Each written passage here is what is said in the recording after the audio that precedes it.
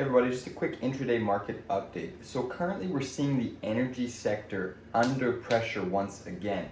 And it's really interesting to note that this is the first time oil is now confirming below $100 a barrel since the Russia-Ukraine invasion. That is very good for society, but if you actually break it down as to why oil is declining all of a sudden, it's because economic conditions are deteriorating rather quickly. And the interesting thing about previous cycles is when the stock market starts to collapse, there's usually a 6 to 8 month window where energies continue to skyrocket while the rest of the equity markets fall. But overall, if you compare the 2008 cycle to what we're going through now in the energy cycle, the oil collapse from the highs in 2008 actually beat the major indices down to a bottom. It roughly took oil an 8-month period to collapse from the highs to the lows, and it roughly took the equity markets 12 to 16 months to collapse down to the lows. So that being said, the ferocious sell-offs in energy come hard and they come fast, and they're specifically correlated to GDP. And right now we're seeing GDP around the world contract.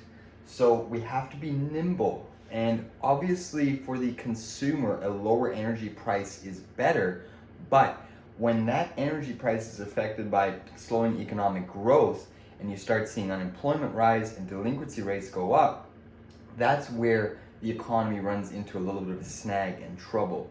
And right now, if we analyze all the sectors that are down on the day, you have the financials, the energies, the materials, and the industrials.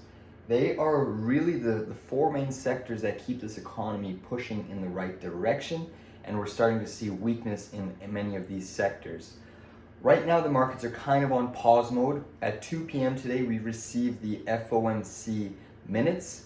Now, nothing in my opinion is going to change my stance to where this market goes, unless all of a sudden the Fed says we're going to print $1 million or $1 trillion, but that's not likely to happen. Their goal is to still tackle inflation while unemployment is low. I think over the next 6 to 12 months, the US unemployment rate is right now about 3.6%. I think we're going to see that double to around 7 to 8% over the next 6 months. We're already seeing top-down effects starting to happen. And what I mean by top-down effects is you're starting to see the larger corporate companies announcing layoffs, specifically in the tech sector, like Amazon, the second largest employer in the US.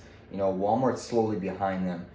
They're the biggest employer in the US. So when you have these economic factors and corporate America starting to announce layoffs very, very rapidly, that is going to trickle down through the rest of society. So in my opinion, there will be bounces in this market, just like what we've been trading all year long, but this market is going to go lower. So for all you investors out there, your portfolios will likely continue to see significant declines over the next 6 months.